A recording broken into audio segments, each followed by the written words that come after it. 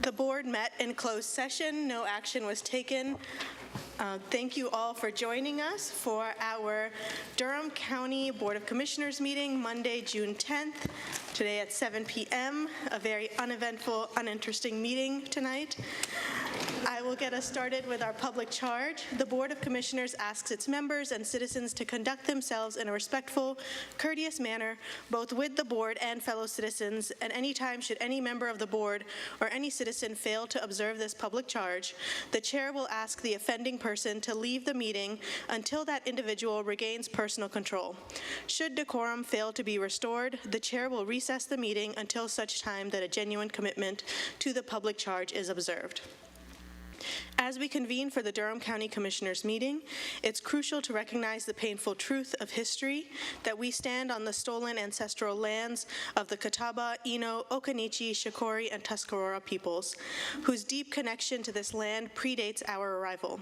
We acknowledge with humility the unjust displacement and violence that occurred, leading to the dispossession of Indigenous peoples from their homelands. Their resilience in the face of such adversity is a testament to their strength and spirit.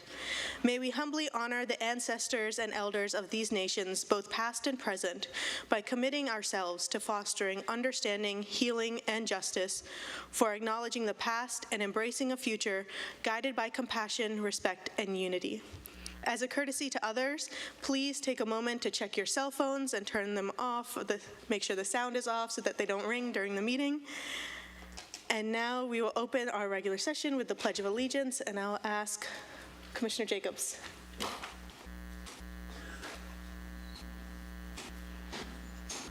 I pledge allegiance to the flag of the United States of America and to the republic for which it stands, one nation, under God, indivisible, with liberty and justice for all.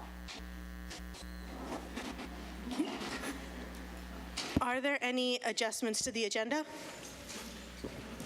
Okay, hearing none. Before I pass it to the clerk for announcements, I just want to make one quick one, that there are cupcakes in the hallway that I brought to celebrate tonight.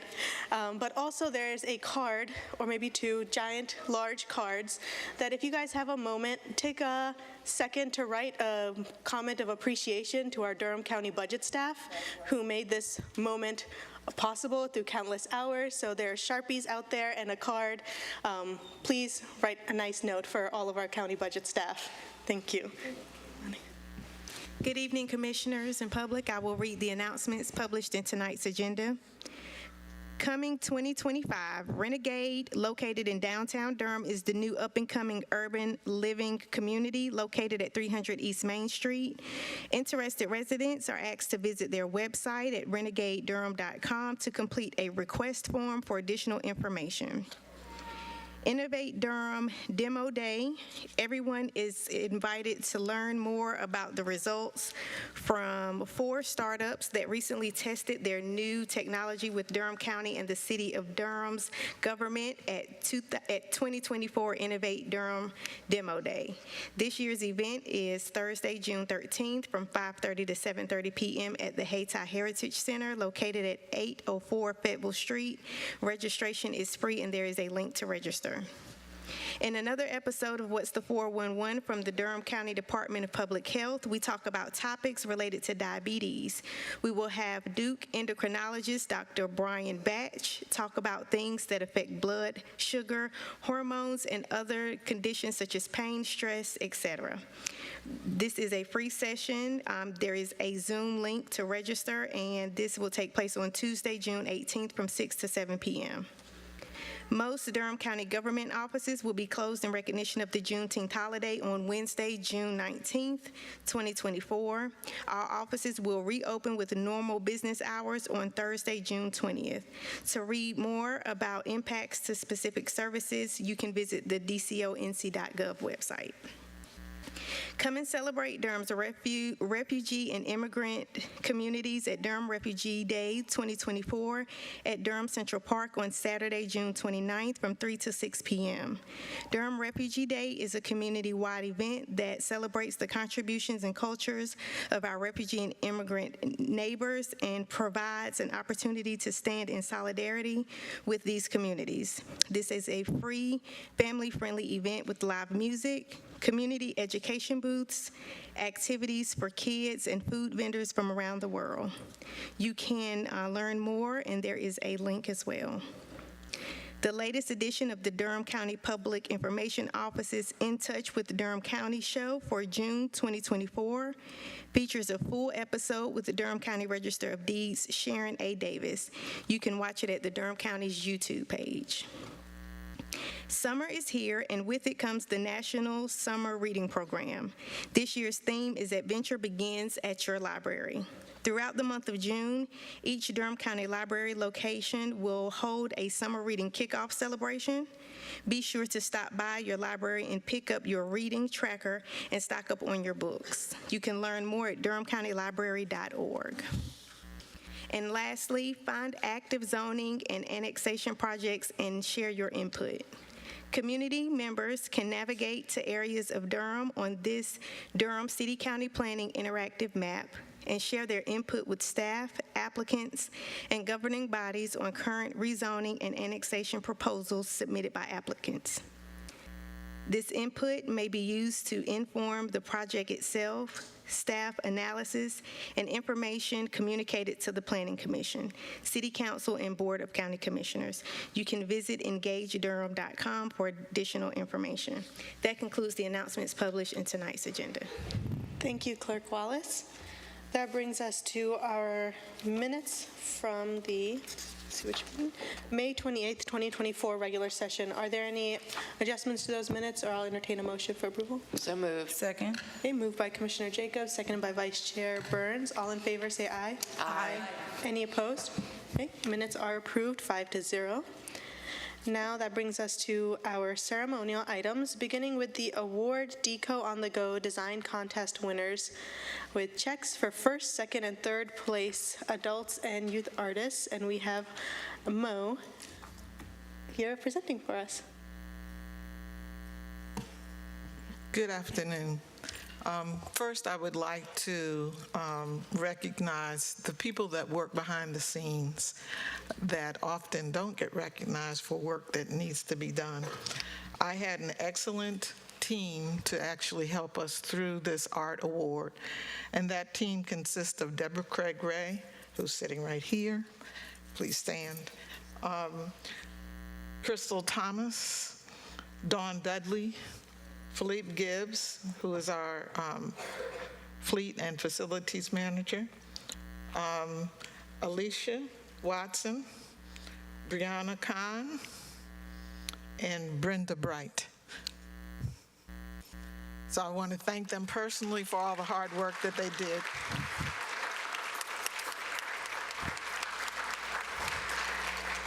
Secondly, we had a mixed team with regards to our judges.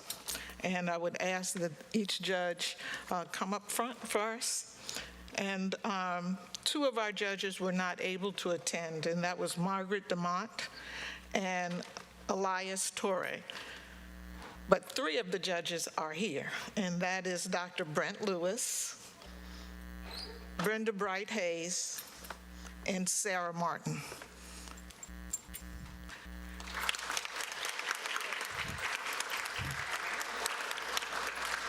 We have a gift for each one of these judges. They actually reviewed 21 applications to ensure that the artwork met the criteria that was necessary for the winners to actually be awarded their monetary gifts with regards to the bus. So, Monica, we will do the bust. You will be able to see them up on the screen. The artwork that was presented. Judges, don't go away. Judges, go back to your spot. So this is our youth third place winner. This is Dahlia Lewis. So if Dahlia,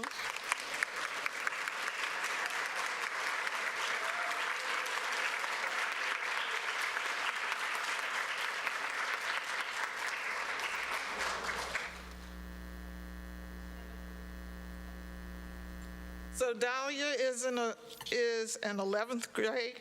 She loves drawing and goes to an art-focused school. She enjoys Durham stores and admiring nature with her family and friends.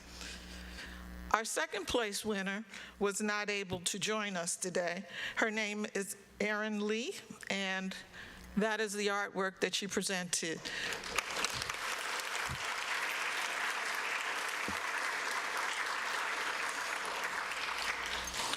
Now, I'm real partial to our first place winner. Our first place winner is Jenny Im. Jenny is a young digital artist who enjoys creating art pieces in her spare time and hopes to share my work for others to see.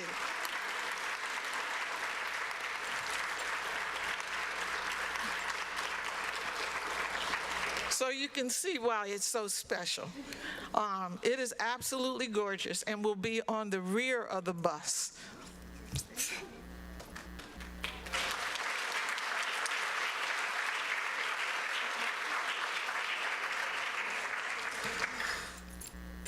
I just think this is absolutely gorgeous. It shows the diversity of Durham in a very special way, and I want to thank you, Jenny, for actually contributing.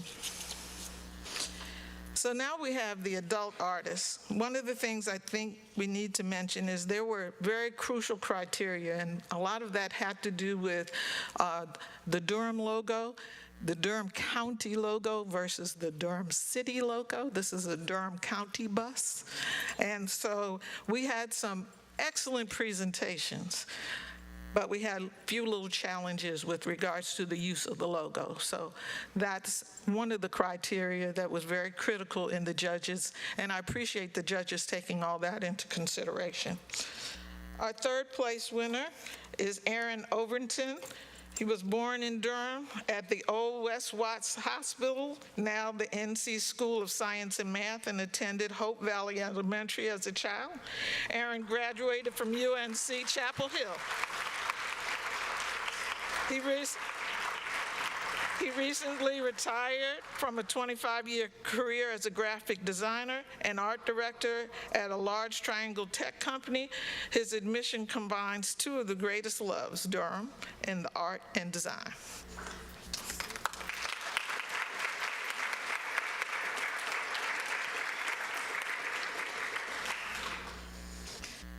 Our second place winner is Brandon Hampton.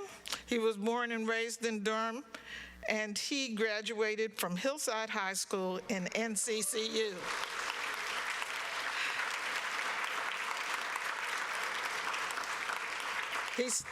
He studied English and played football. He is currently a middle school art teacher at Roger Herr Middle School, and he enjoys all art forms and spray paint and digital.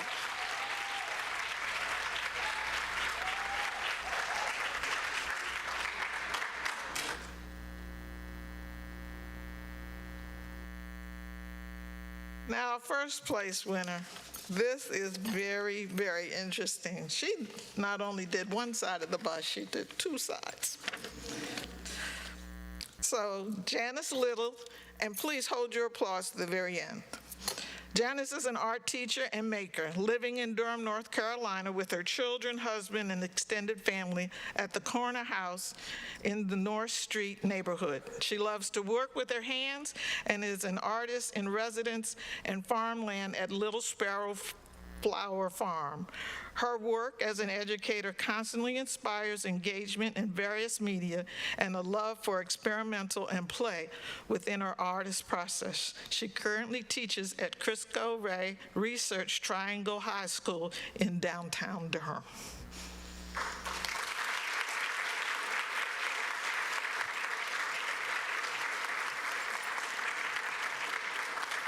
And she has her hands full. Okay. This will actually be painted on the bus by our vendor, and the bus will probably be available in probably 2026.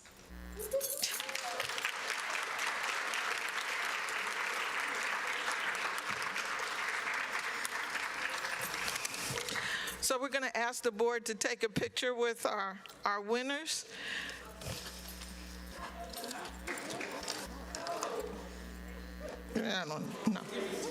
No. I'm not photogenic, honey. I can hold your things.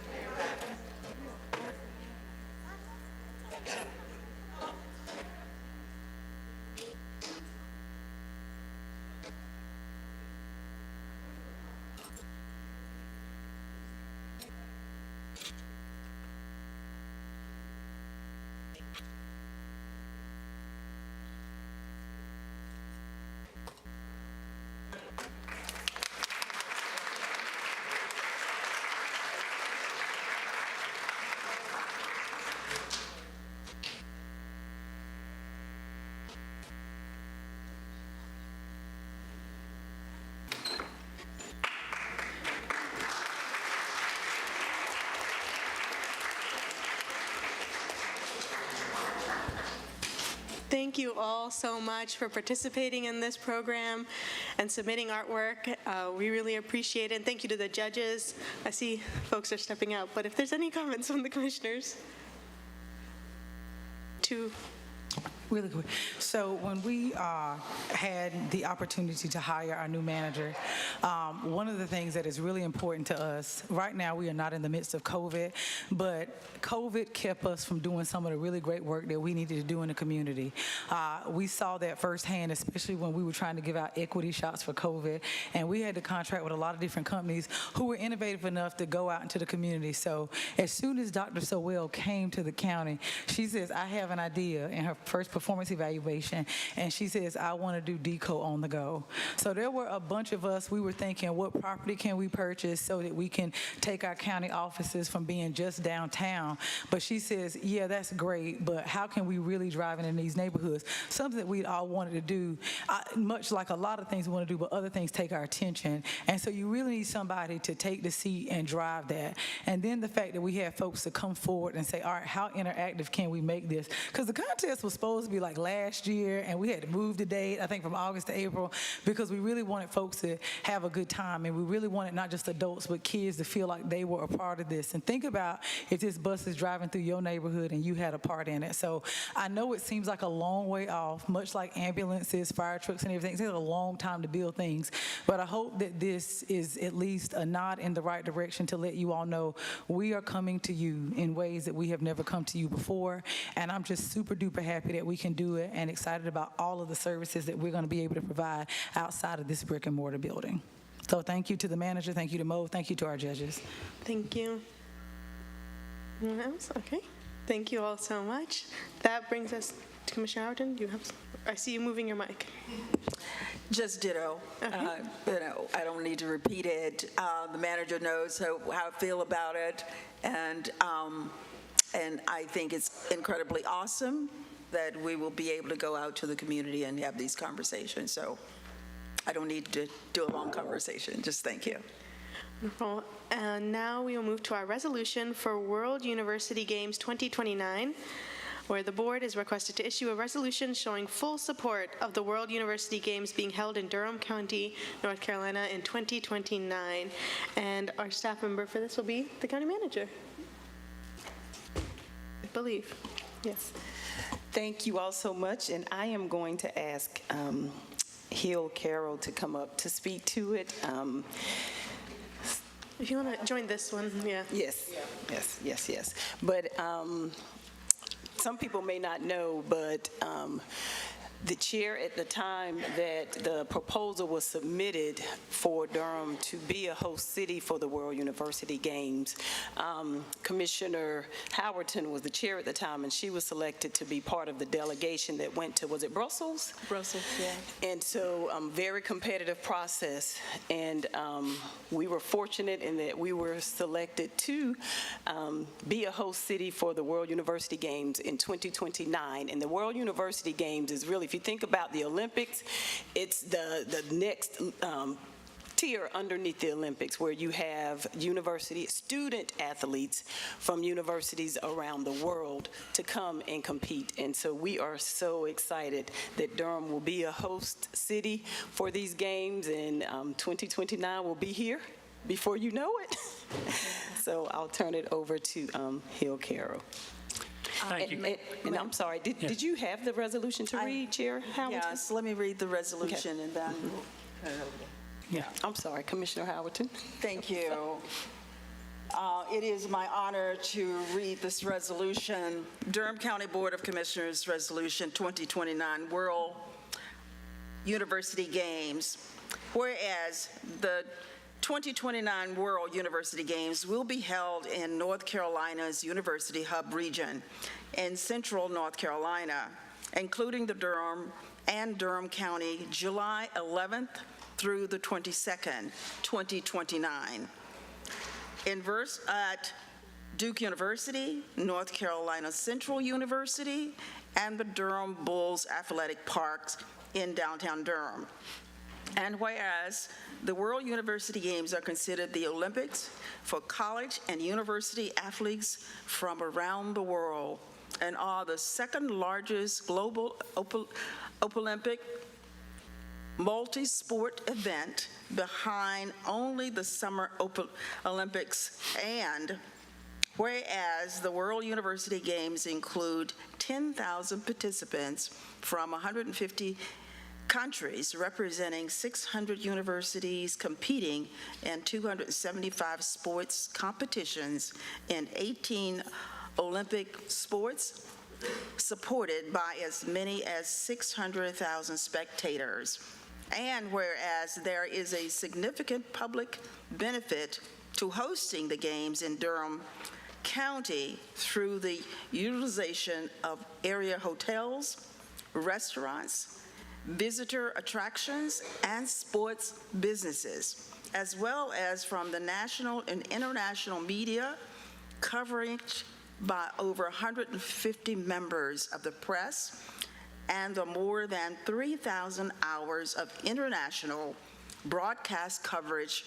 And whereas hosting the World University Games, which economic impact studies have shown to deliver between 150 to 370 million in economic impacts to the host region, supports board goals of building economic strength, bringing diverse jobs, talent, businesses, and visitors to Durham County.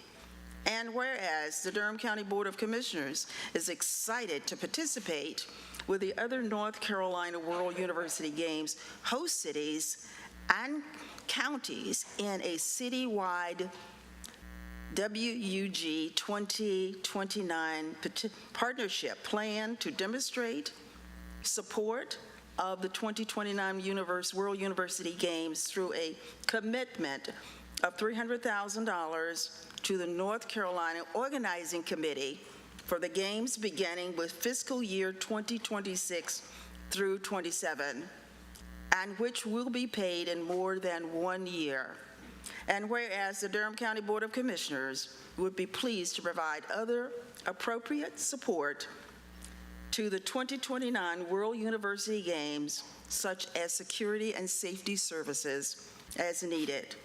Now therefore be it resolved that we, the Durham County Board of Commissioners, enthusiastically supports the 2029 World University Games, 2029 World University Games, and look forward to hosting the athletes, coaches, media, officials, sports, executives, and fans to our community as part of this once-in-a-lifetime event.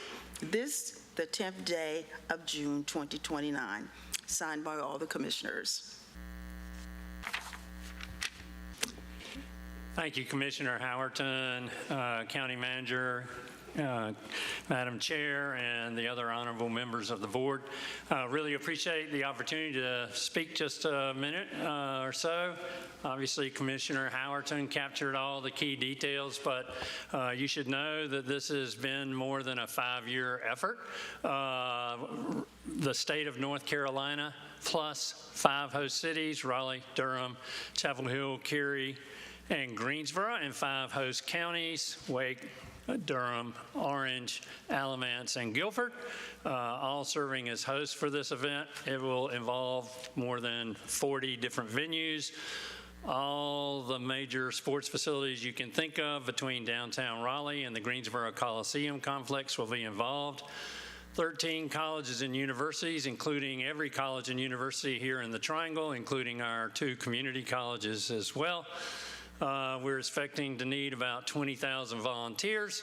And so it's not a small undertaking, but it truly is, as Commissioner Howerton said in the resolution, a once-in-a-lifetime opportunity.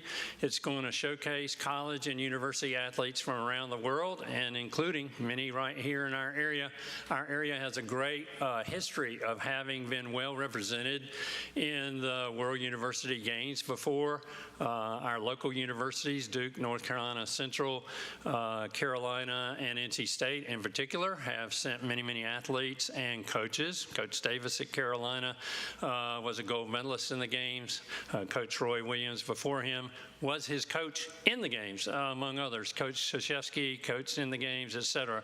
Many great athletes and coaches will be coming from all over the world, including current Olympians at that time. So keep in mind that the Los Angeles Olympic Games in 2028 will be the year before, and we hope to ride that wave. And what we're asking the county, just so you know, is the same as what we're asking all 5 cities and all 5 counties, and that is just a very small percentage, 0.008% actually, of the budgets from 2022, not even what it's become since that time in 2024. And in return, they will all be sponsors of the games and be able to take advantage of sponsorship benefits as part of our partner program for the games, where we'll have corporations and individuals also involved helping contribute financially to make the games a big success. So we thank you very much for the resolution. It's our honor. It was fantastic being with you in Brussels and then in Lake Placid to receive the games, and you were a fantastic representative of Durham and Durham County, and we're not going to let you just retire from the board. We're going to put you to work on the World University Games afterwards, and everybody here, hopefully you can help us with that, because we'll be very involved in the school systems and other locations all around as well. Thank you.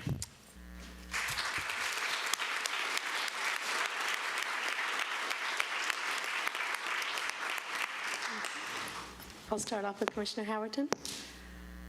Thank you. I am very psyched and excited about this. I have been from day one, because it is extraordinary for this to happen in this region.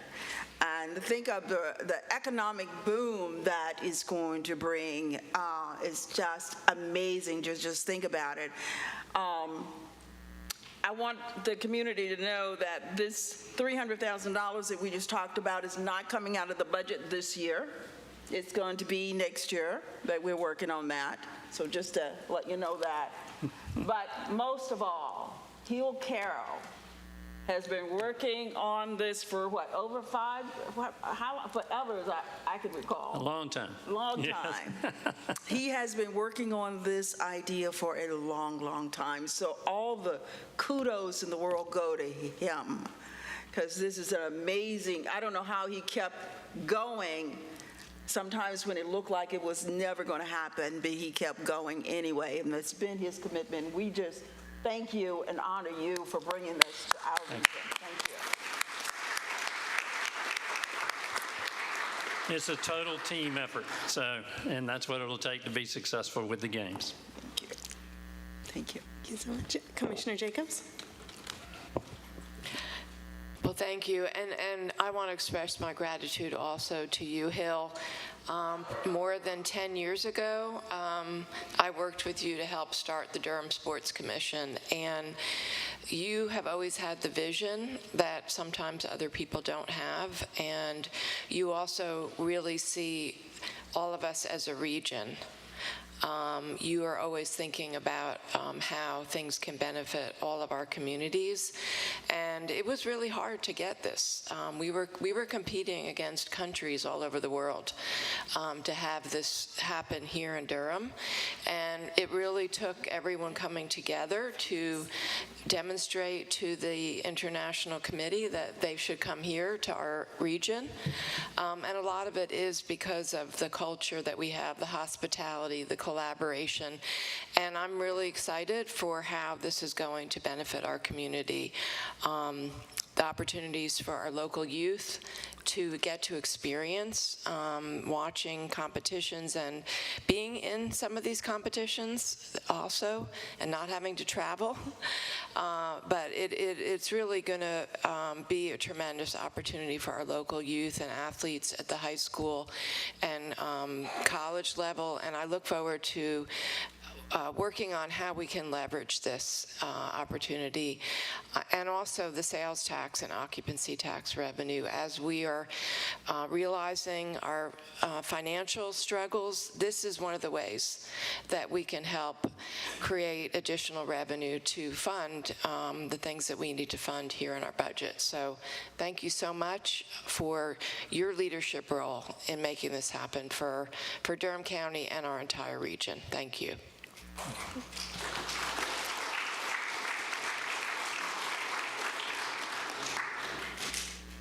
Thank you so much, Mr. Caro, and thank you so much, Commissioner Howerton, for your work in bringing this to Durham County.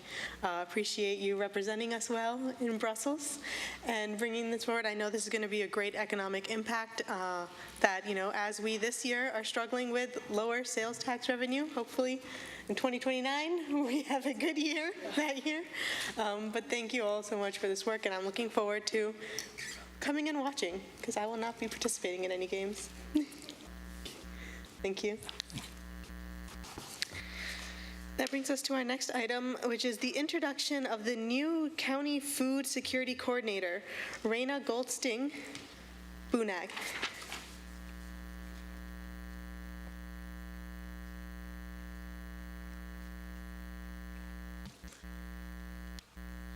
Good evening, Commissioners and Manager Sewell.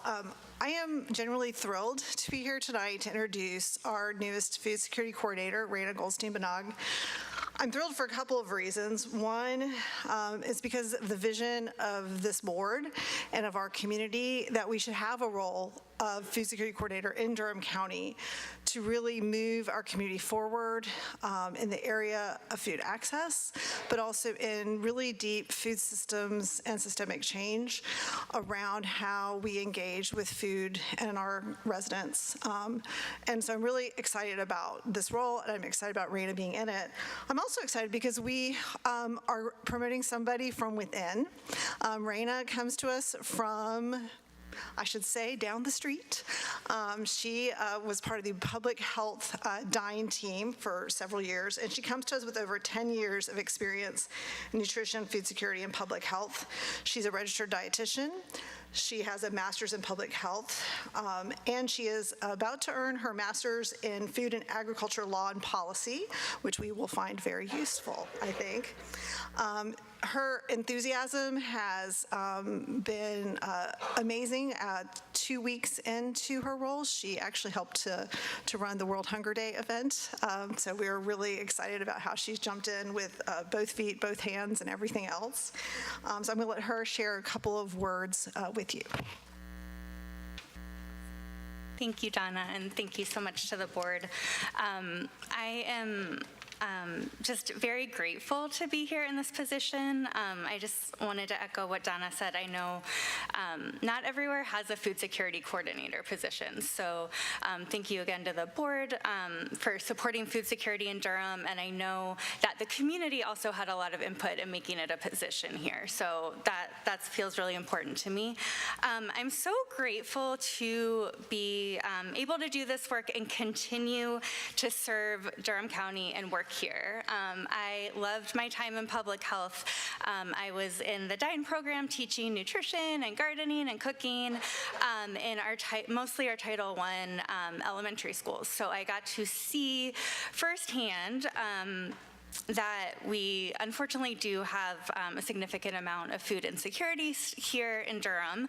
And I got to work with a lot of community members and DPS staff and admin and county internal county partners to solve some of those problems, or at least help contribute. So honestly, just so happy I can continue that work in this role, which is super aligned with my food policy and systems passion and education, how Donna mentioned. It's also personal to me. I grew up when I was young, my family was food insecure. So I know just the impact that had on me and my mom, that was our family, the stress that it caused us, and also the people and the programs that really helped us to be able to get in a better situation and for me to thrive, even living with food insecurity and poverty. So I bring that to this role as well. I'm looking forward to continuing the amazing work that's being done here in Durham. Where I did, as Donna mentioned, got thrown right into World Hunger Day, which was amazing. I know many people in this room were there, but it's such a testament to our community's dedication to improving food security, strengthening our local food system, creating a more equitable, nutritious, and accessible food system for every person in Durham. So that was a great way to start to see our community come together. So again, just wanted to say thank you to the board and community, and thrilled to be here.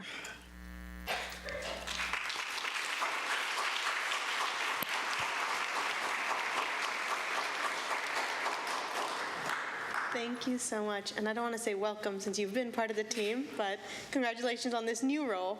And we're really excited to have this position filled because this is something that our entire board is very, very dedicated to. And it's something that comes up when we talk about housing, when we talk about our schools, when we talk about public health, social services. We always talk about food insecurity. So we're really glad that we're able to have this position filled. And we know, I'm sure since you've been here, you know Mary Oxendine, and she is going to be also always available as a resource. I'm volunteering her, but I know she said that to us too before she left. Pass it to colleagues, Vice Chair Burns. I'll be really quick. She did jump in head first. I was there. I know Commissioner Carter was there for World Hunger Day. Some of other colleagues might have come throughout the rest of the day. I told this story there, but I'm going to tell it again here. She knew she had some really big shoes to fill. When COVID hit, I had a parent, a family to call who wanted to get their COVID shots. And I said, well, go over to this location at Lakewood. And they said, Commissioner Burns, they called back, because they mad. They said, the line is too long. It's just too long. I called Rod Jenkins on the phone, called Joanne on the phone. They was like, there's no line there. There's absolutely no line there. And I was like, well, wait a minute. So I get in my car, because that's how I roll. And I drive up there, and there are hundreds of cars in Lakewood's parking lot. They are there for food. They are there to get boxes of food, and you could not even see the COVID shot line. And I think for so many people, we take for granted, everybody gained weight in the pandemic. My grandma used to have something on her kitchen wall that said, I thank God for dirty dishes, for they have a tail to tell. My waistline during COVID had a tail to tell. And so we assumed that, we're all fine, and that was not it. So I got a chance to meet with Donna, got a chance to meet with Mary, and we found out just how deep it was. Like, some of y'all don't know, but but we got moms getting on buses going across town to get food, and they don't even know that it's a food bank or right around the corner. This position has helped us develop a social networking map. So people, I would love if we didn't even have to have any of them, and that is, of course, always the goal. But what we don't want to do is make it harder on people who are just trying to feed their families. Like, that is never what we endeavor to do. And so I'm really proud of that. We've reduced the percentage of children who are hungry in Durham and gotten so highlighted. I'll never forget the day I called the manager. At that point, Brenda was chair, Commissioner Howerton was chair, and I get a call from the governor's mansion, and they say, Janet Yellen is flying in, and she wants to talk about food insecurity because of what Durham has done. And if you know, it's like 18 Tahoes wrapped around the building because she was so excited about how we use our ARPA dollars to feed the most vulnerable. So I do personally feel like, you know, you are coming in at a really good time because this is a community that cares about it. I'm happy that we were able to look, because the budget was cut at first because we were making sacrifices for everybody. But I'm so happy that you came in here the last week. If nobody watched it, because people have been tuned into one thing, this woman came in here and advocated for the most hungry in our community, and we had to make a decision to make sure that we supported her budget in the way that it needed to be supported. So thank you, Donna. Thank you for becoming our new food insecurity coordinator, and I look forward to sharing your work all over the county. Thank you, Vice Chair Burns.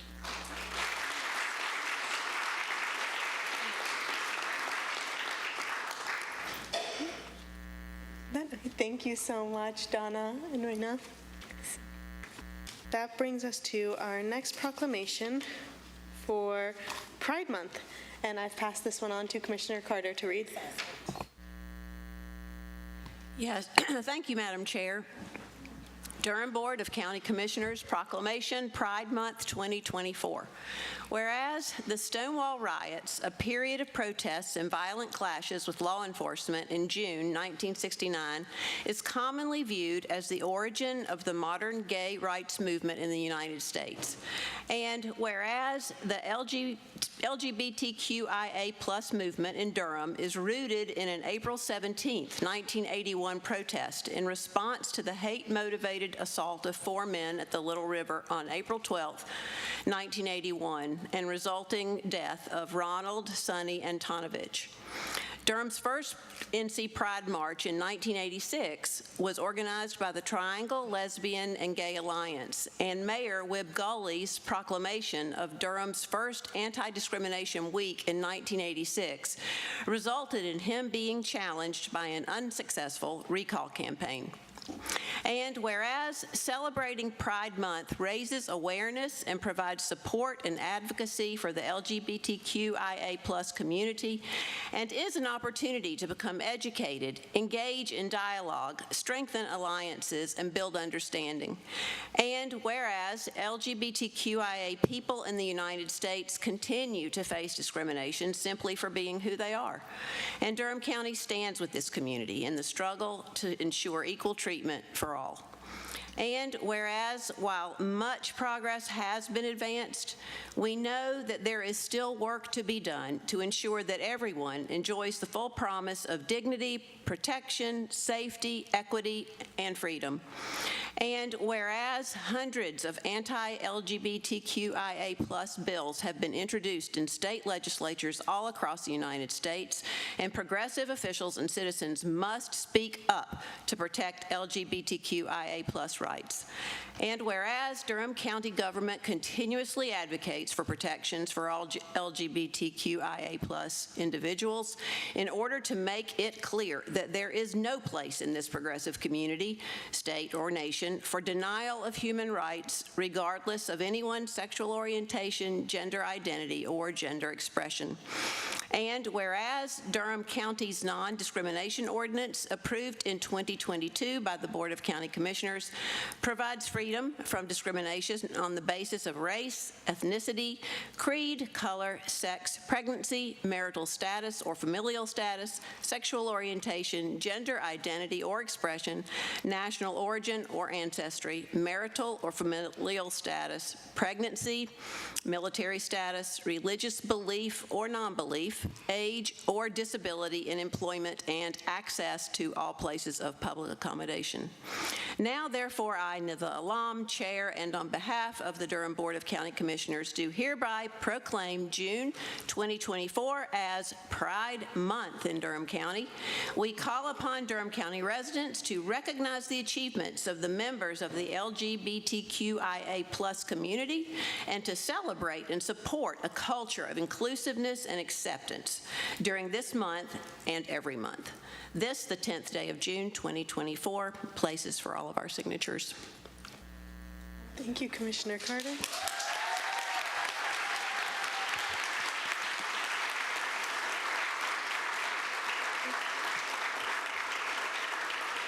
Thank you, Commissioner Carter, for reading the proclamation, and I'll pass it to Dr. Brent Lewis, our Director of Equitable Wellbeing for the county. I'll be brief because you have another resolution that you're going to read right after this for me and for equitable well-being. So good evening to the commissioners and to everyone else. Thank you for the proclamation for Pride Month 2024. The Office of Equitable Wellbeing has a training tomorrow in partnership with the LGBTQ Center of Durham in relation to Pride Month.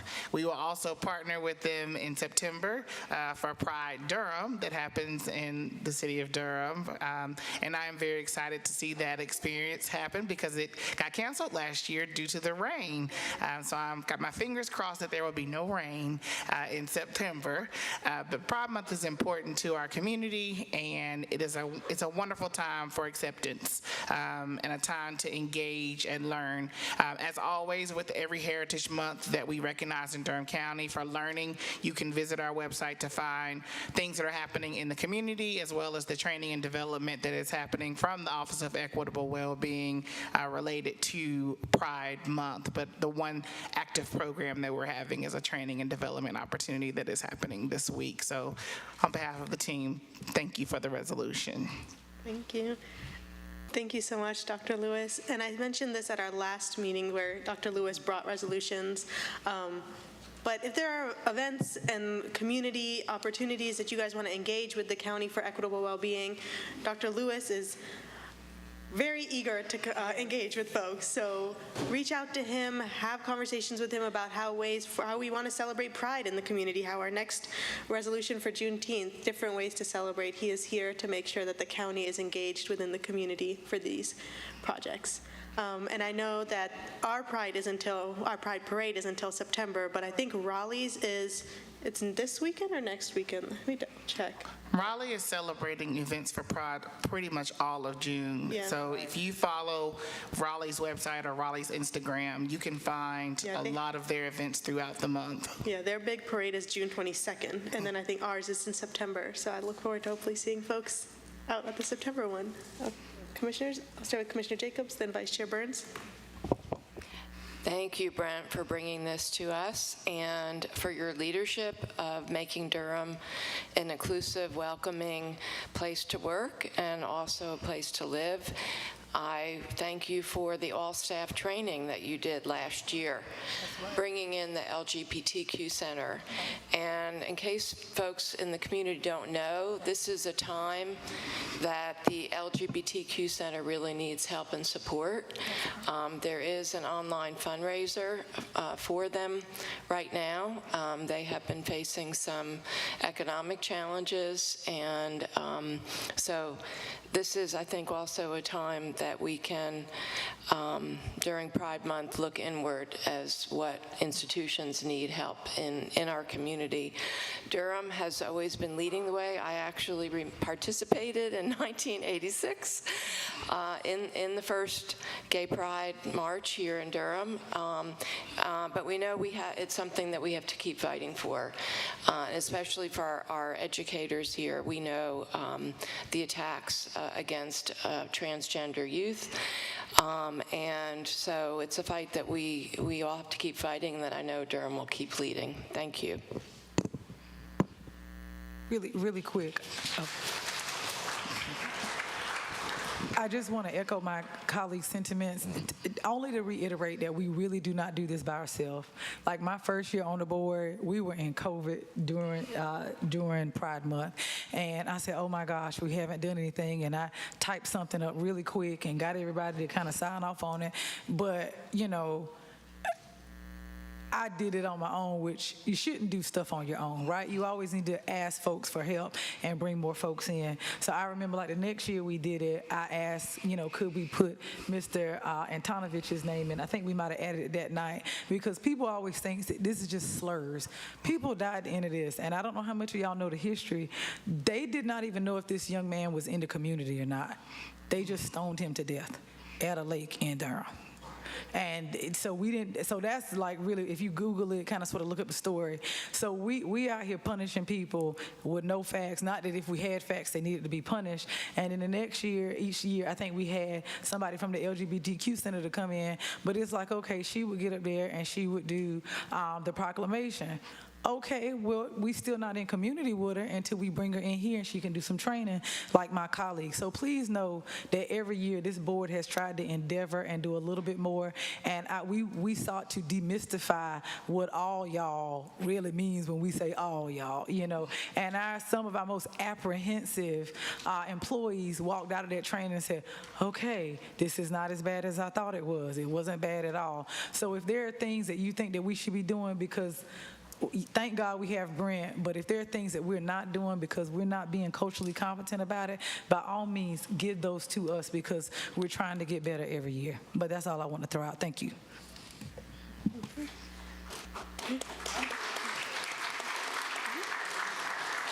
Thank you so much, Dr. Lewis, and we'll see you at the next proclamation. I'll just stay here because Juneteenth is next on your list. Yes, Vice Chair Burns, you want to read the next one? Durham Board of County Commissioners Proclamation, Juneteenth 2024. Whereas Juneteenth commemorates the events of June 19th, 1865, when Major General Gordon Granger led Union soldiers into Galveston, Texas, bringing news that the Civil War had ended and that the Emancipation Proclamation had declared all enslaved people free nearly 2.5 years earlier. And whereas the Emancipation Proclamation changed the legal status under federal law of nearly 3.5 million enslaved Black and African Americans, and the subsequent 13th Amendment of the Constitution of the United States of America abolished slavery and involuntary servitude. And whereas Juneteenth acknowledges the considerable lapse of a 2-year period from 1863 to 1865 when enslaved Black and Africans remained in bondage and unaware of the Emancipation Proclamation issued by President Abraham Lincoln that recognized and maintained the freedom of slaves in the United States. Whereas the celebration of Juneteenth is believed to be the oldest Black and African American holiday observed in our nation and takes place annually throughout Durham, North Carolina, and the nation, often consisting of readings of the Emancipation Proclamation, prayer and worship, family gatherings, cultural performances, educational activities, community service events, ceremonial observances, and more. And whereas in 1997, during the 105th United States Congress, House Joint Resolution 56 and Senate Joint Resolution 11 were passed, officially recognizing Juneteenth Independence Day. On August 23, 2007, Juneteenth National Freedom Day was recognized by the state of North Carolina, and Juneteenth has been celebrated in Durham, North Carolina since 1933. And whereas, as of July 4th, 1776, represents the birth of the United States of America and commemorates the United States independence from British rule, it did not offer independence and freedom to enslaved people. And whereas Juneteenth is a stark reminder of the promises of liberation for Black and African Americans in the 21st century, currently our nation, and indeed Durham County, is experiencing racial injustice and inequalities at a record pace, demonstrating that despite great successes and achievement, Black and African Americans continue to bear the pain and burden of systemic racism and the desperate treatment at every turn. Whereas Juneteenth is also known as Emancipation Day, Freedom Day, Jubilee Day, y'all, this is not me, Cell Liberation, and Juneteenth Independence Day, and Juneteenth augments the nation's promise of life, liberty, and the pursuit of happiness. And whereas Juneteenth commemorates the strength and resolve of Black and African Americans throughout our history and serves as an opportunity to celebrate the rich and numerous contributions of Black and African Americans to the Durham community and the United States, and Juneteenth Juneteenth teaches our youth the importance of honoring Black and African American history and the impact of the institution of chattel slavery. And whereas an official Juneteenth holiday signals that Durham County is committed to doing the work to identify and improve policies and processes that will improve access to opportunity for all employees and work to eliminate any vestiges of unequal treatment that exist in this organization. Now, therefore, it be I, Netta Alam, Chair, and on behalf of the Board of Durham County Commissioners, do hereby proclaim June 19, 2024 as Juneteenth in Durham, North Carolina, this the 10th day of June 2024.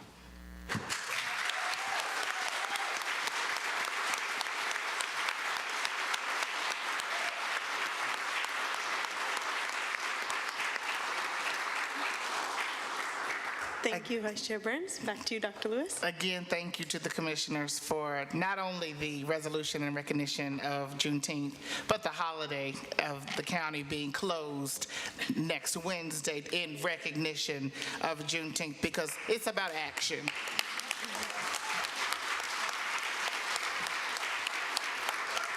And that action matters. It matters to our workforce. It matters to our community. The flag raising ceremony last week was about action, and it was touching. That was my first time seeing that ceremony since I joined the Durham County community, because I wasn't physically here on staff when that program happened last year. It was very moving to hear the songs that the Hillside Alumni Choir sang during the program, and to hear the songs as the flag was being raised at the time, and to think about the history of my ancestors in that moment was very moving. So I was appreciative to be in this space and to work for an organization that took the time to put that together. The last thing I'll share about Juneteenth is that we've partnered with Spectacular Magazine on a community event that is happening on Saturday at North Carolina Central University from 1 p.m. to 8 p.m.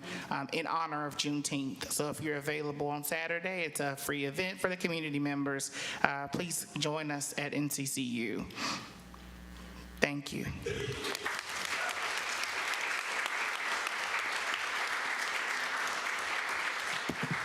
Thank you so much, Dr. Lewis. I know Commissioner Howerton was waiting with comments. Thank you, Madam Chair. Dr. Lewis, I just want to say thank you, first of all, for the proclamation for Pride Month. Thank you so much for that. And as far as Juneteenth, you know, I really appreciate you acknowledging this and bringing it forth. Durham honored Juneteenth for the employees of Durham County before the state did. That's right. Because we took that on. I know that there are members on this board now that when we pushed for Juneteenth to be acknowledged and honored in Durham County, we were the leaders to make that happen. The state came on behind us. But Durham County said, well, this is happening now, and it did. So I want to thank you again for honoring that and lifting that up, because this is history that we need to continue to lift up. So thank you so much. Thank you.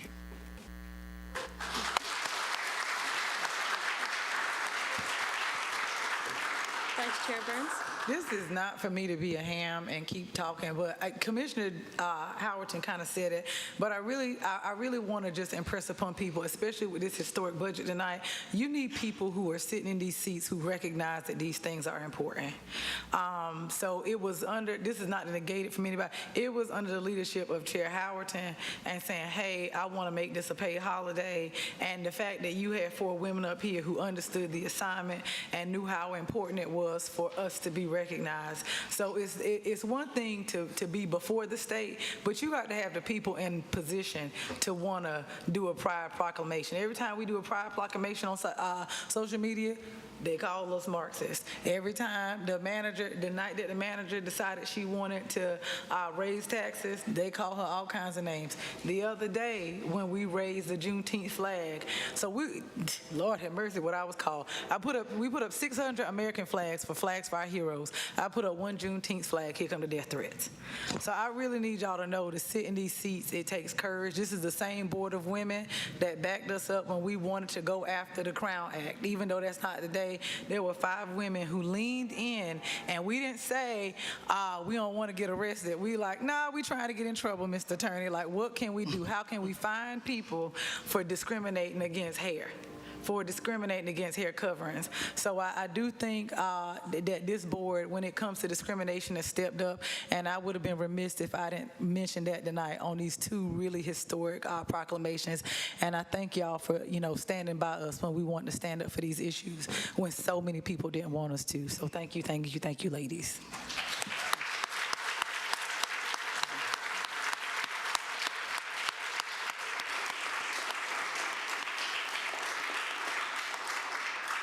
Thank you, Vice Chair Burns. I don't know how anyone can top Commissioner Howerton and Vice Chair Burns' comments. I'll say ditto to everything. And also add in that, she mentioned the Crown Act and this Juneteenth, but also the non-discrimination ordinance that we passed was another, that was also tied into the Pride Month proclamation. That was something that Attorney Massey always jokes that he had a little bit more hair before he began working with us in writing and getting that non-discrimination ordinance put together to make sure that we stand tall and firm in our values and beliefs that Durham County is a welcoming place, and Durham County should be a place that's safe for all individuals. And if anyone has anything to say with that, then they can take it up with the county. Thank you all so much. That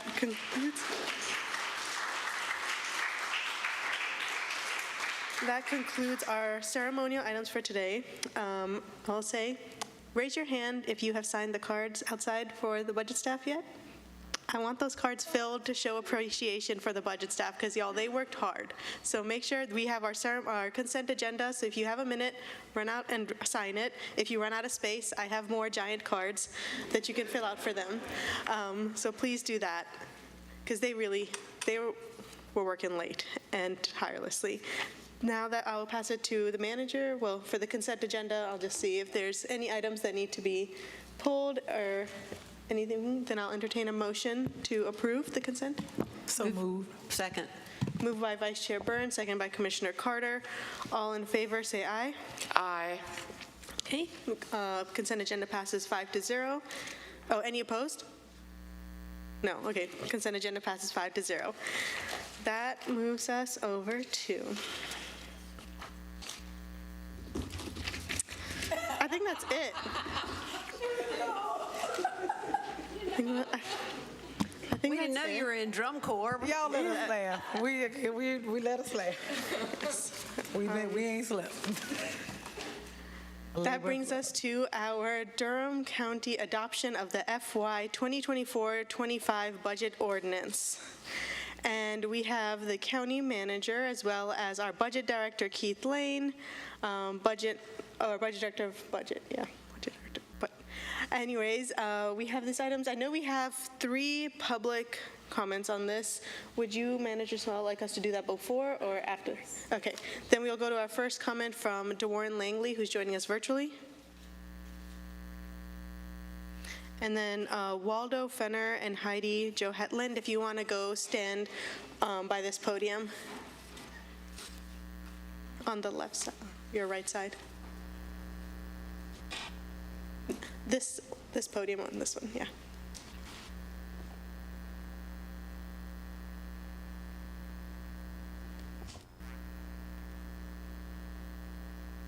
You can unmute DeWarren if you can hear us. Thank you. Good evening, Madam Chair, Vice Chair, members of the Board of County Commissioners, as well as Dr. Sowell. First, I would like to start by taking a moment of silence for the father and 3-year-old that was shot on Fairview Street, which is not far from where you all are meeting.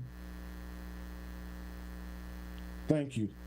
I wanted to share with you all a comment, and I know I've been coming before you all since the January proclamation for National Mentoring Month around support for the work that the Charles Hamilton Houston Foundation does.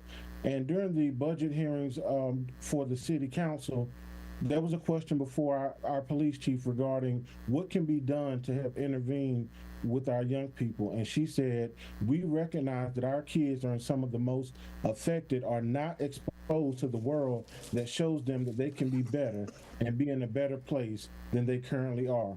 They will turn around and potentially be our next victims or grow up to offend in our society. Frederick Douglass, as we celebrate liberation, once said that it is easier to build strong children than to repair broken men. And so with that, I'm asking you all again, before you all pass this budget ordinance, to invest $25,000 and partner with us in providing vital career exploration and skill development for boys and young men of color. Our work is critical in helping young boys see a future for themselves and all the growing opportunities that exist in our community. It requires investment beyond commentary at meetings and when shootings occur in our community. You all have the authority, the ability, and the resources to make this investment. And so I implore to you all, before passing the budget ordinance this evening, to please make this investment to continue to support the work that we do in our community. Thank you. Thank you, Mr. Langley. Now I'll pass it to Waldo Fenner. Good evening, ladies and gentlemen. You brought up about a budget, and I want to speak on the school has asked for funding of $27 million for the incompetence of the school board's behavior, who was able to get a $500 million bond and give raises, but couldn't figure out how to pay for those raises, but got the $500 million bond. And then you have Lincoln Community Center, and then you have solar panels. All these things affect the elderly, low-income, disabled population who can't afford, you keep going up on property tax to cover up for incompetence. You haven't done anything to offset for the property tax. I agree, they should get the property tax. I mean the increase, they should. But not without giving up something in return. They've got 2 or 3 schools that they're not going to be using, like Northern High School. Why they not turn that over to the county to offset for the extra $13 million that they want, and let the county use that land for low-income housing or housing for the schools employees that need housing? There's a lot of things you can do before you give out that money and raise our property tax. You have a solar program that you're supposed to be funding $100,000 to.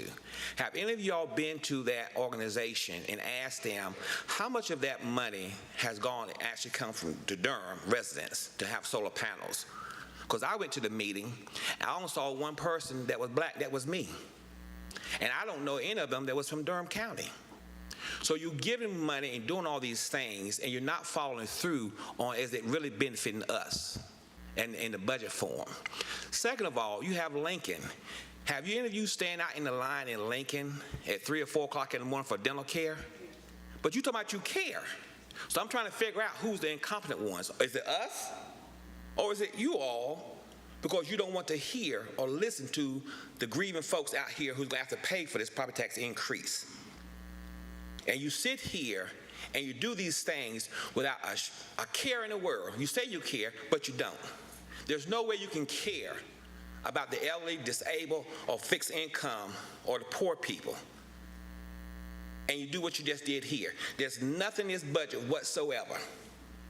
And whatever names you were called about property tax, oh well. The problem is that you want to go up on property tax. Whether you realize it or not, you're going to pay for it. Because if you can't pay your rent, you're getting put out. You can't pay that mortgage, you're getting put out. Do you realize that your home value of $300,000 or $400,000 give you an insurance budget of $2,000 a year? Even if you don't use it, don't worry about it. God gave me an heir. Thank you, Then you have Mr. property Fenner. tax. You just wait a minute. You just wait a minute. Thank you, Mr. Fenner. And then you turn around here and you don't even care. You say Lincoln belongs to Duke. But Duke never wanted black folks to go to the hospital years ago. Thank you, Mr. Fenner. You're welcome. We really appreciate and then you your turn comments. around and you give them Durham Regional. We'll move to Ms. Heidi Joe Hetland. Thank you for letting me share. So I know you did one good.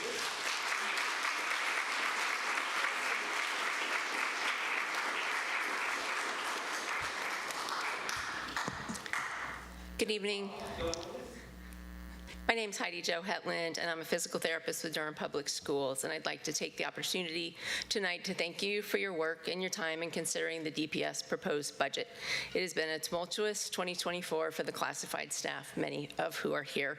And approving the full budget requests will provide the Board of Education with the means to begin to restore trust with employees. It will allow staff to be paid a living wage, and it will support market competitive compensation to help recruit and retain qualified staff to care for DPS students, especially our most vulnerable students, those in special education.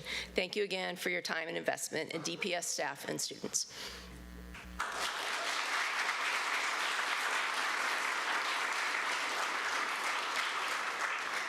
Thank you.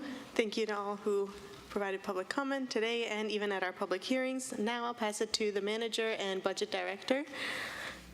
And I'll ask, I know Keith is coming, but can we just make sure we clarify on the budget ordinance number versus what is actually going to DPS, since there's money that's not in the ordinance through ARPA?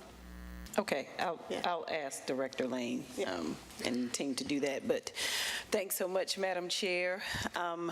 Our budget staff, and we all have had discussions over a few of our budget work sessions, and so based upon those discussions and the input that you all have provided to us, the staff has finalized our budget, and so we wanted to bring it to you all for consideration and hopefully for approval this evening. So I'll turn it over to Director Lane.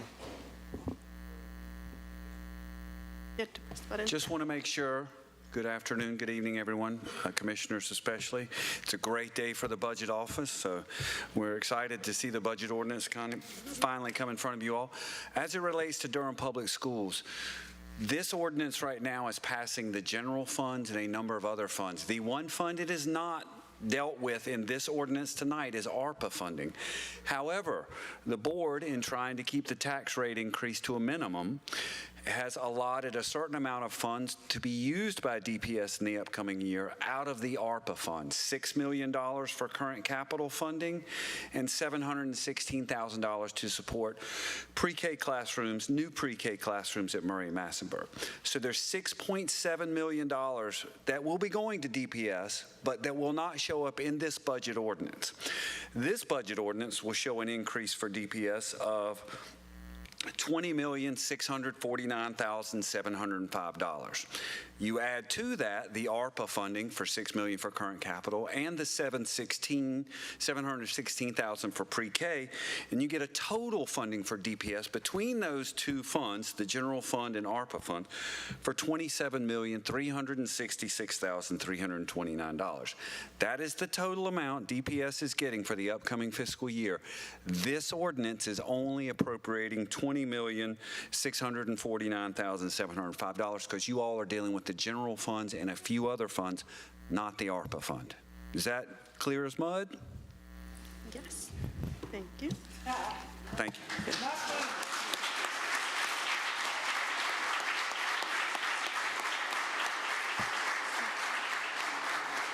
See, now y'all want to go sign that thank you card, don't you? Commissioner Carter? I just quickly wanted to note that the amount Keith mentioned that includes the general fund plus the ARPA fund, $27.4 roughly million is 98.9% of the funding requested from the Board of Education.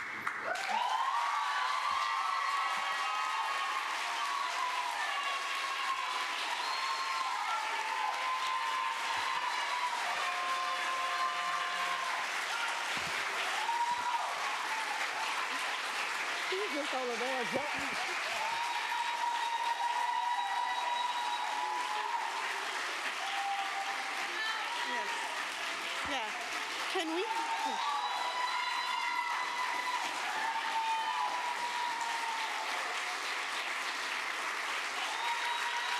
Stand up, Claudia. Can we have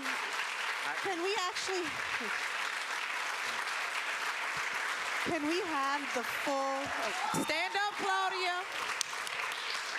Claudia, stand up. One second. That's right.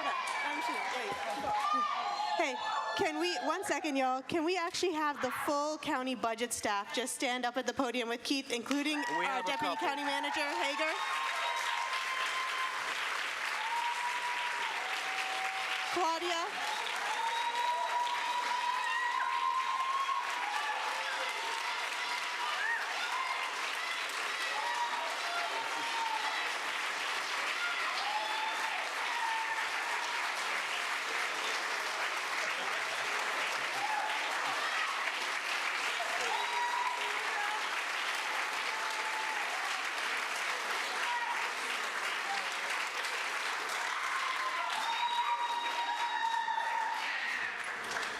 You all have every right to be excited. I will say that this has never happened in 25 years. I've always thought the budget office needed this level of approval, but thank you. But honestly, this is Durham County residents supporting this. If you're clapping, it's for every citizen in the county that's going to be paying these tax bills.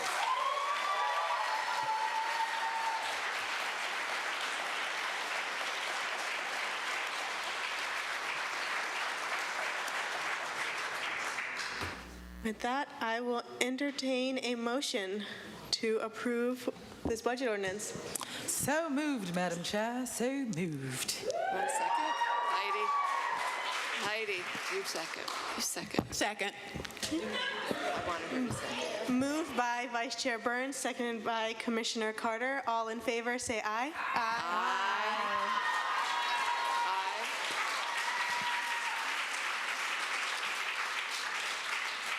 For the official vote, so I can make sure we have unanimous. All in favor, say aye. Aye. Any opposed? Aye. The budget passes 4-1. Thank you. And I have,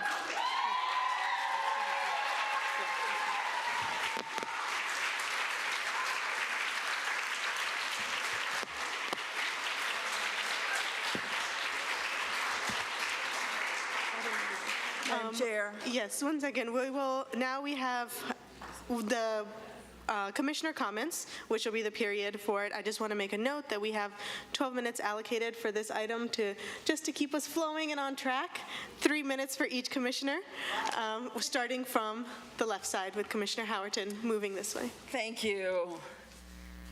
So, Madam Chair, today I stand with my colleagues and members of Durham's Board of Education in gratitude for the men and women who teach, counsel, coach, clean, cook, drive, protect, and nourish our children who receive public education. I honor and respect the commitment of our teachers. Durham is a community with escalating housing costs and other needs impacting the cost of living. It is my desire that every person schooled, employed by DPS receive compensation and benefits in line with their work and our education system. My responsibility as a member of the Board of Commissioners is to weigh the costs related to managing the entirety of our county budget. Each year since I took office 16 years ago, I diligently consider all matters regarding Durham's human services needs. We, as members of this board, consider the compensation of all counties' employees while measuring the needs of public safety, health, and mental health. Our community college proposals from nonprofit organizations, our library systems, and other items reflected in our budget.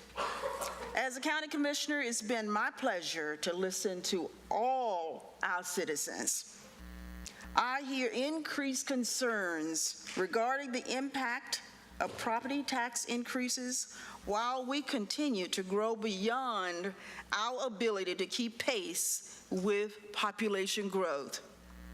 I hear immense concerns from residents regarding the proposed budget increase for Durham Public Schools. I hear the perception of mismanagement of funds during the most recent budget cycle. As a commissioner, I've learned to force tough conversations regarding systems accountability. This proposed increase, on top of the increase during the previous years, deserves more reasonable discussion related to accountability. The honoring and support of teachers, administrators, and classified workers is worthy of that kind of consideration. It is also worth noting the impact of tax increases on the most vulnerable citizens. It is my contention that property tax increases by both the city and the county during the same period, it's too much to ask our citizens. Given the potential impact of our most vulnerable citizens, I suggest an extensive external, internal audit of DPS spending. There are significant questions still lingering after crisis created to miscontinuation related to raising DPS employees.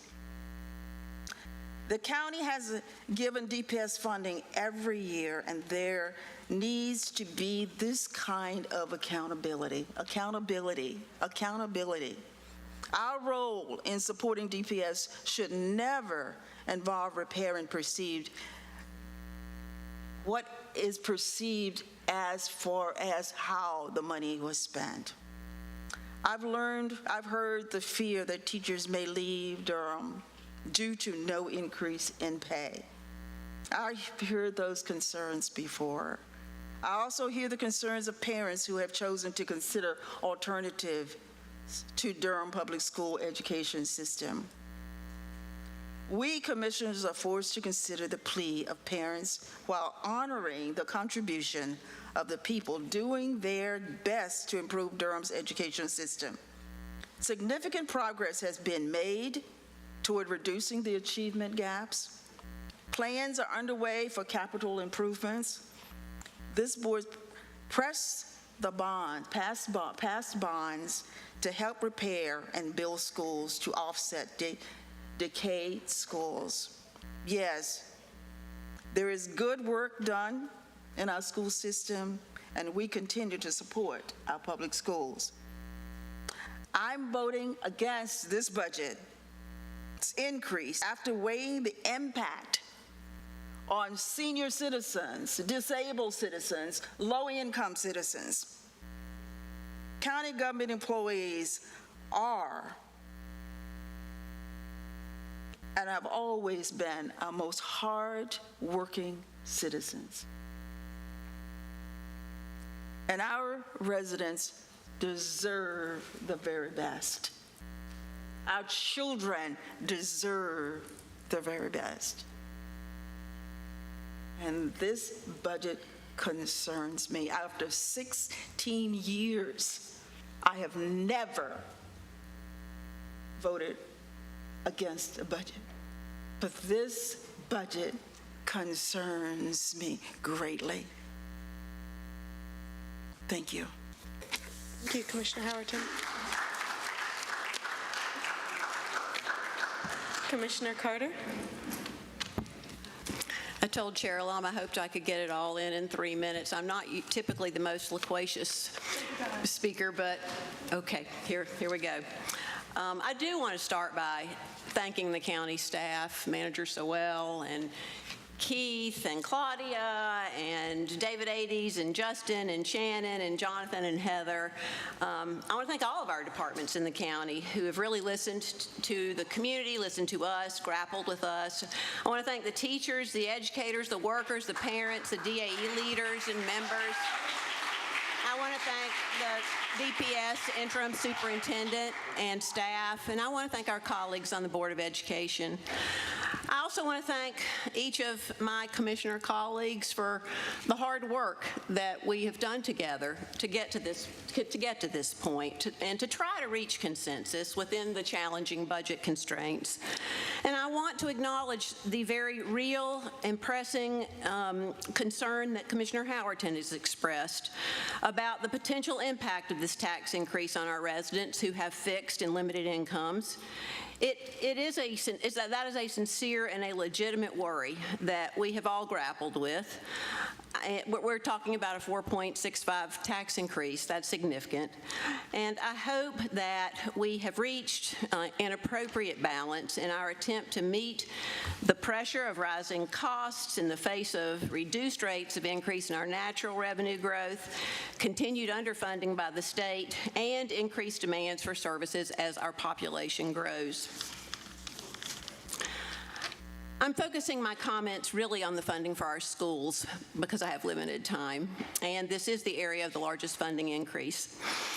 I think that we are making this unprecedented, momentous investment in DPS because when our community comes together inside and around our schools, and when our schools have the resources they need, our schools will be strong. And when our schools are strong, our children will flourish socially and academically. More economic opportunities will be available to our well-educated and talented workforce. Our communities will be healthier and safer. Our quality of life will be better. The general welfare of us all will be enhanced, whether we have children in the system or not. And that's the kind of thing that I think we should consider tax increases for.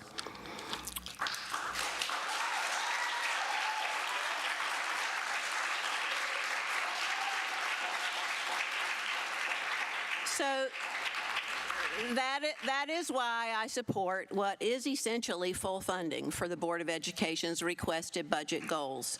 We are slightly shy of the requested amount, but through working with the Board of Education and Superintendent Moore, we've learned the amount needed from the county for the part that had not been included for the difficult-to-fill EC and ELL positions has dropped about 50%. And this budget includes the remaining full amount. We expect and we trust that this increase in local funding from the county for current expenses and capital, that with this increase, that DPS will move forward with full implementation of all requested salary supplements and increases in order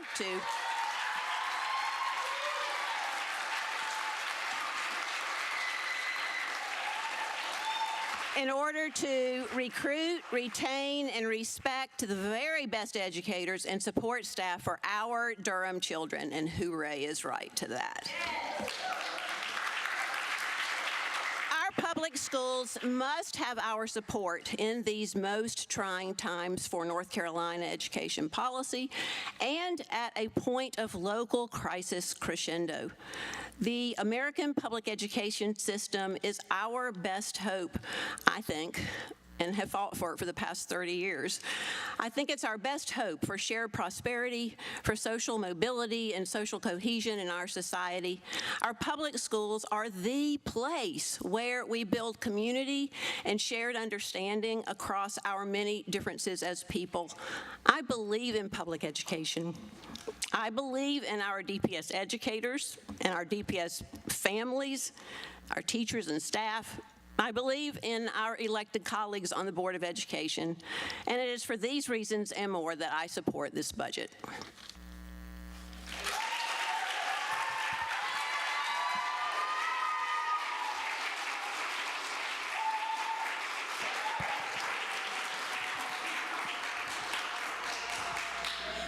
All right, it's my turn. I promise the majority of this will be positive. I can tell you right now, 30% of it ain't. Because sometimes you just got to tell the truth. I'm so thankful that we had someone to get up early on to say, restore trust in the school board. I don't want y'all to ever restore trust in those 5 people again in your lives because they've mismanaged money for the better part of the decade. And I need y'all to do what y'all did to me to them and put their asses out of office. And I mean it.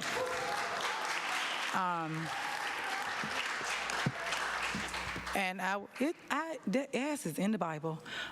So I want to be very clear. It is. I do want to recognize one thing, and I really want y'all to think and just hear me out, because I heard you out.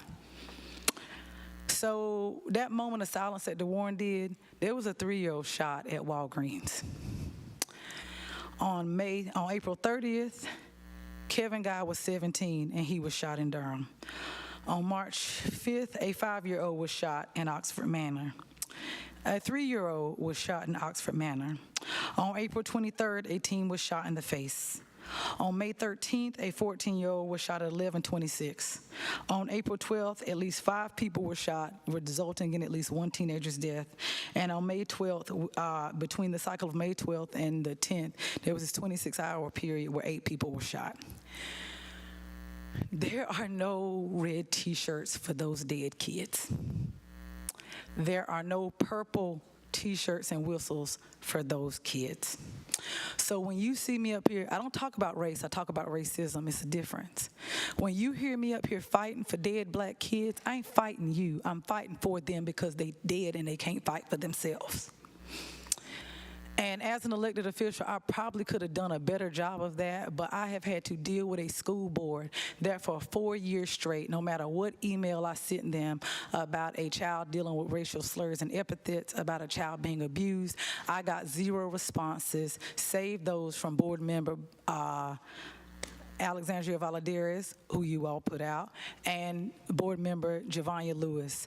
Those things mean a lot to black parents, a lot. And you all do enough public records requests on my emails, you can see I never got anything from Natalie Byer, never got anything from Bettina Umstead, and actually I don't even want to continue to say their names because they have not worked on this budget. I'm thanking my colleagues, Netta, hold on. I have worked tirelessly and not slept to make sure that we could rob Peter and pay Paul and rob Pamisha so that we could get this money together, because I recognize how important the work you all do is. But I also know that there are people in this community who are voiceless. And I need y'all to take this same energy and stick up for them. I do not know who is going to do that on this board when I leave. I didn't have a problem voting for this budget because my mom, who is watching, and told me to be nice. She wanted to be here, but my sister had a heart attack today and they're at Duke Hospital. But I'm here with y'all. So she told me to be nice. My mom's a teacher and all 3 of my sisters are teachers. My sisters used to be members of DAE. They're not members of DAE not because they don't care. They're over in Orange County now because that was the only place that they could get master's pay. And so that is a reason why I stuck to that promise and why I don't have a problem voting for this budget. Along with many other reasons, I support this budget.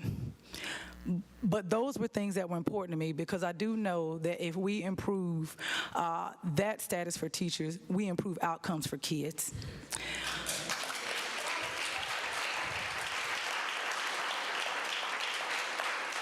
Right now, the General Assembly has decided that they want to put more money into these private school vouchers. Now, I don't like to compare states, but when we sit here and we look at New Jersey, who did something similar, the only thing that we have seen is that it has subsidized wealthy families. Here in North Carolina, they have looked at it, and about $200 million of that money is going to go to high wealth families. We are doing the same thing here. That is reason number 2 that I'm going to vote for this budget, because I recognize that the folks in Raleigh do not care. I just want to impress upon you all had time to send letters to the black women who have helped you for 4 years. I am asking you to send letters to the white men who have hurt you for 10. I don't think that is an unfair request. I also want to throw out there's a lot that you don't know about some of us. Before I was a county commissioner, I was out there with my sisters every year ready to get arrested for Red for Ed. Y'all wouldn't know this about Commissioner Howerton unless you Googled it. But before she was a county commissioner, you can actually Google and find photos with her standing there at Duke with housekeepers fighting for the fight for 15 before she was ever in office. So there are people here who have been steadfast, but we also recognize that this is disproportionately hurting our residents. 4.5 cents here, 3.8 cents at the city. So the only thing I want to encourage you all to do is to go back and look at our budgets. I beg you, I implore you, look at our budgets and look at the fact that we have the highest paid principals in the state. We have the third highest supplemental pay in the state. We are about to have some of the newest buildings in the state, but we also have the most black children dead in this state. I am not okay with that statistic, and I don't think you all are either. So I'm asking you all to, for once, I'm not saying look past yourselves, but you saw how much work we do in this room.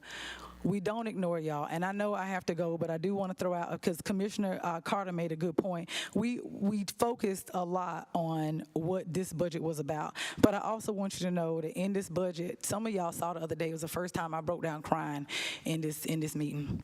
It had a lot to do with the fact that while I was trying to fight for y'all money, and y'all were in here, there were folks in the community that have camps and have after-school programs for black boys, and I was sitting here thinking, how am I going to get money for them when I'm trying to get money for y'all? And I remember I stayed after this meeting, talked to the manager, talked to Commissioner Carter, good gracious, Commissioner Jacobs, and we got to work on some things. But I really need y'all to understand, when I'm pushing back, it is because I want better outcomes for our kids. A couple of years ago, white students in Durham were ranked nationally. Black students were not ranked at all, and they were in the same classroom. That's not an indictment of you all. That's us having to do wraparound services for parents and also give you all what y'all need. But we can't do that if the school board doesn't tell us. So I'm going to end it up here and just highlight a couple of other things so that you all know we are doing some additional work. This budget reflects the resilience and the commitment of Durham's residents. Despite facing numerous challenges, you all have shown unwavering support and a shared vision for a thriving community. Your sacrifice, and this is to the Durham residents, has not gone unnoticed, and this budget aims to honor that commitment by investing in critical areas that will benefit all of us. We've made substantial investments to address food insecurity in our county. This budget includes increased funding to expand support for those who struggle to access nutritious food, ensuring that no one in Durham goes hungry. We have also committed to hiring new employees to provide the necessary coverage and support for our residents in response to the recent expansion of Medicaid. We hired 35 people who have now made sure that we have 17,000, 11,000 more individuals who have access to health care. This will significantly improve healthcare outcomes, access, and for thousands of individuals in Durham, North Carolina. Early education remains a top priority, and we have allocated increased funding for Durham pre-K. By investing in our youngest learners, we are laying the foundation for long-term educational success and creating opportunities for all children in Durham to thrive. Additionally, we're expanding master's pay for teachers to improve student outcomes and retain our best educators, ensuring that our students receive the highest quality education. We're also dedicated to supporting our local farms and promoting sustainable agriculture. This budget includes programmatic expansions that will provide resources and support to our farmers, helping them to grow and prosper while ensuring that fresh, local produce is available to all residents. In addition to those critical investments, we're also advancing the Hayti Reborn Justice Movement, honoring the rich history and culture of our folks by making sure that our boys have access to opportunities. We're expanding Project Build to support boys aged 10 to 13, providing them with the mentorship and the resources to help them succeed. Furthermore, we're committing to our revolving housing trust fund to ensure that affordable housing and stable housing is a reality for all Durham residents. This historic budget represents a collective achievement and a shared vision for a better Durham. Together, we are building a community where everyone has access to the resources and opportunities that they need. Thank you for your continued support, and I hope that we can all move forward past this and we can have better outcomes for all our kids, whether they're in the classroom, at home, or on the street. Thank you.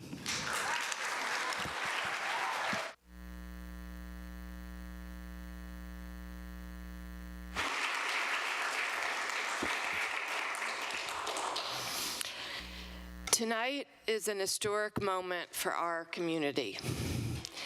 This budget represents a big win for our children, our teachers and school workers, our parents, and our entire community. We have demonstrated how we can work together in the face of challenges often outside of our control and find solutions that put our children and families first. I want to first thank our incredible Durham County staff, County Manager Kimberly Sowell, Budget Director Keith Lane, Deputy County Manager Claudia Hager, and each of their teams.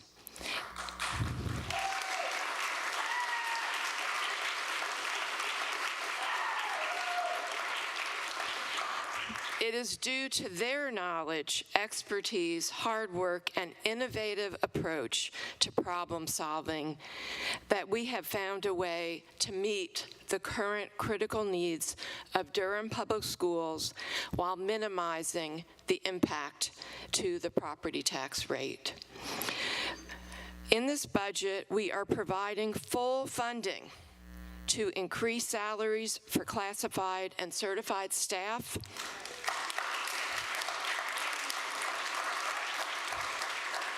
re-implementing master's pay,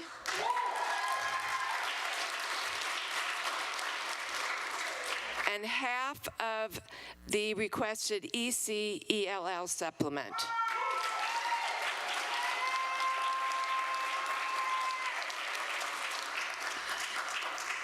We are going beyond what was requested for urgent capital needs. This budget provides more than $74,367 million in new funding on top of $244 million in ongoing current expense, debt service, and indirect funding to Durham Public Schools.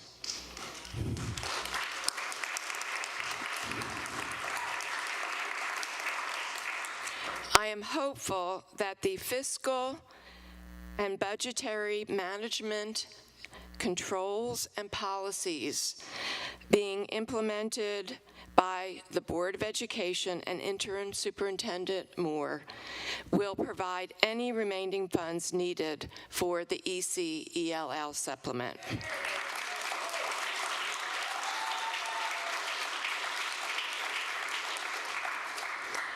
I also want to thank every Durham County department head and their staff, our assistant county managers and other deputy county managers, for stepping up to do more with less to help us meet the urgent needs of our schools. And I really want to emphasize that. Our Durham County staff, I don't want to get choked up, are making sacrifices for our community. I also want to acknowledge the hard work that we, our board, have put into this budget together.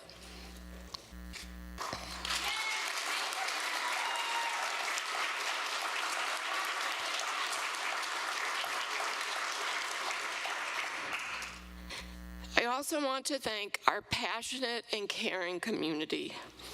I have been inspired during this very difficult budget process by our parents, students, teachers, and school staff who care so deeply about Durham Public Schools and the sacrifice and commitment people in our community are willing to make to ensure our schools thrive and our children get the education they need and deserve.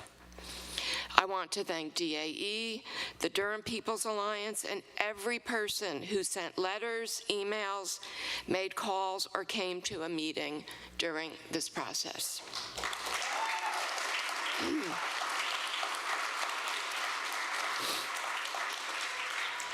We truly have a beloved community in Durham. Budgets are a moral document and reflection of our values. I want to lift up other priorities reflected in this budget. We are increasing our funding for Durham Tech. I want to recognize our president, J.B. Buxton, here.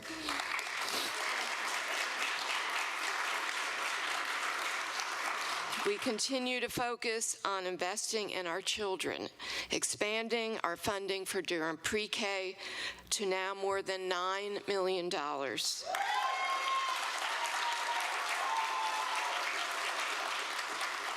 Including for Murray-Massenburg pre-K classes. We are supporting our most vulnerable residents struggling with increasing rents, raising our eviction diversion rental assistance funding from $180,000 to $780,000.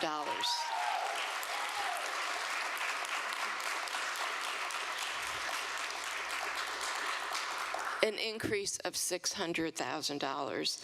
And we are maintaining our investment of $750,000 for our low-income homeowner tax relief program.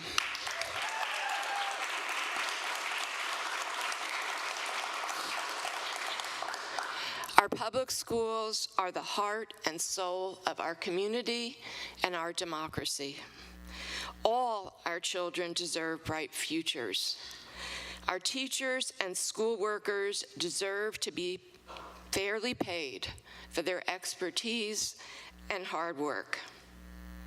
But the reality is that this budget that our board and staff has made possible tonight is not financially and fiscally sustainable for the future.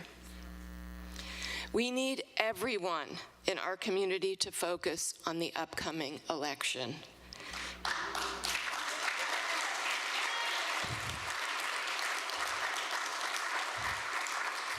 To vote and get out the vote. We need to bring the fight for adequate funding for our schools directly to the North Carolina General Assembly.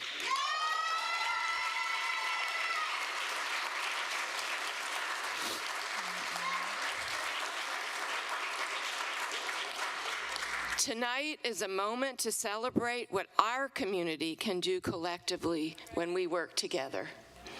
I proudly support this historic budget. Tomorrow, it is time for us to get back to work.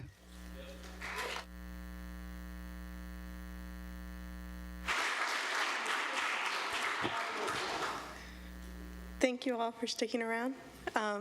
As my colleagues have said, tonight is a historic moment in Durham County. You know, we're celebrating the passage of this $966 million budget that speaks volumes about our collective commitment to progress, equity, and community welfare. Before I delve into the specifics of this budget that you've already heard some about, I want to extend my deepest gratitude to every single county employee who has played a role in shaping this monumental decision. To our brilliant county manager, Dr. Kimberly Sowell, who leads it with true vision. Thank you.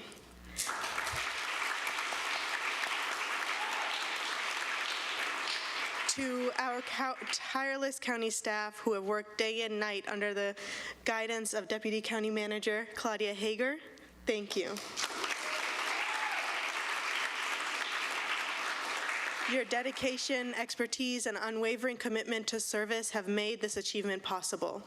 To our budget staff in particular, Keith Lane, David Ades, Heather Walker, Shannon Wright, Jonathan Yemens, and Justin Key, we owe you a debt of gratitude for your perseverance and professionalism, especially in navigating the challenges of this difficult budget year and us 5 commissioners. When you have a moment, I've said it again and again, but please sign that appreciation card for them. And also grab a cupcake. But I also want to express my appreciation to all the department heads who embraced the charge to tighten their belts and find creative solutions in the face of adversity in this shortened budget year. Your leadership and stewardship have been instrumental in ensuring that we balance fiscal responsibility with our duty to meet the needs of our community. To all the Durham County employees, your understanding and support during this time of a more modest pay increase are deeply appreciated, and changes to benefits. Your resilience and dedication to public service are the bedrock of our county's success. And let me be real for this a moment. This budget did not come easily. Faced with lower than usual revenue, our team got creative. When the state failed its residents, the county stepped up and delivered.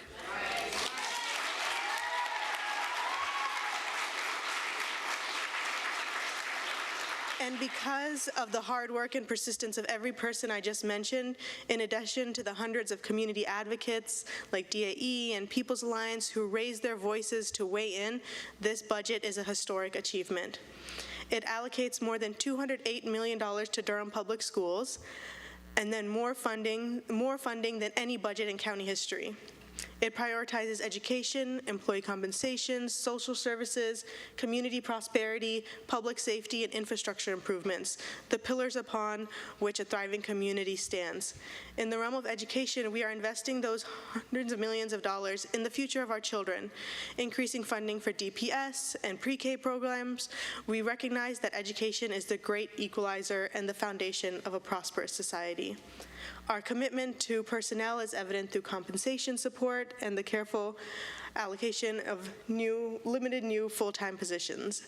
And we understand that our employees are our most valuable asset, and we are dedicated to ensuring that their well-being and professional development.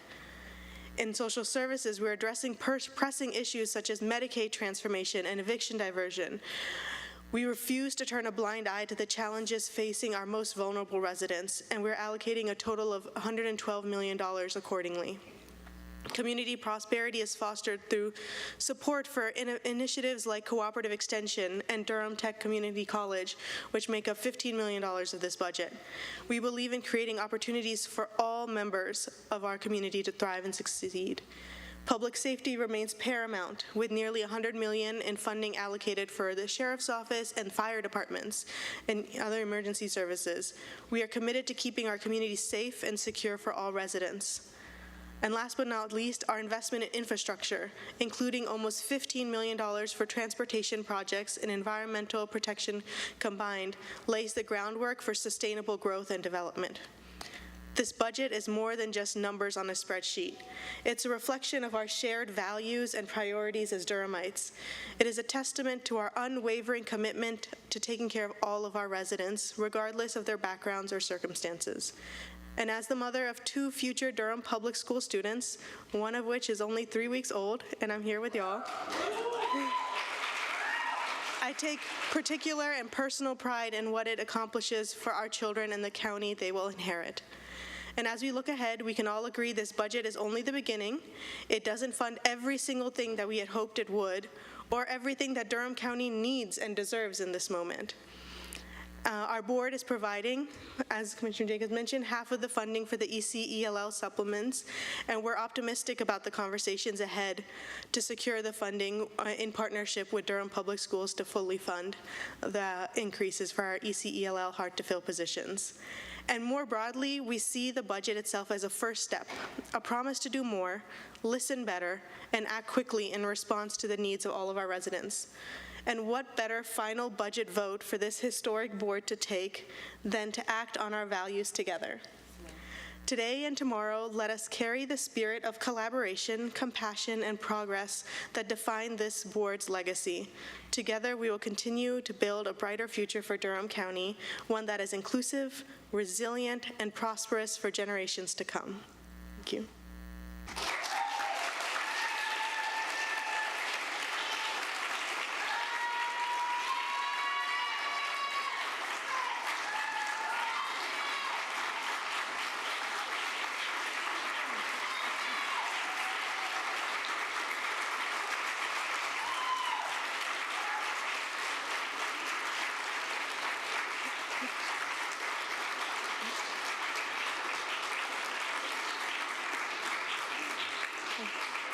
Thank you all.